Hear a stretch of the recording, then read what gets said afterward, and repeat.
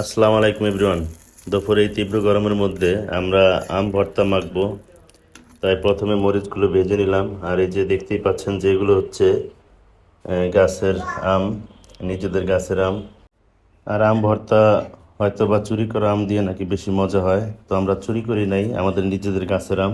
আর মাশাল্লাহ আমগুলো কিন্তু অনেক বড় হয়েছে। তো হঠাৎ করে বন্ধুদের আম ভর্তা খাওয়ার ইচ্ছা, তাই গাছে থেকে আম পেড়ে নিলাম। এই আমগুলো কাঁচা থাকতেও অনেকটা মিষ্টি আর কি, টক কম। আর আম ভর্তাটা খুবই মজার ছিল।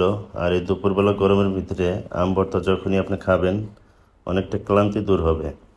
কারণ গরমের কারণে শরীরের হাই প্রেশারের মাত্রাটা বেড়ে যায়। তাই আম মাখাটা হচ্ছে একটা টক, আর এটা খাওয়া অনেকটাই ভালো।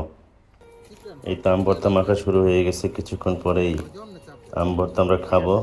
তো আপনারা ভালো থাকবেন, সাথে থাকুন।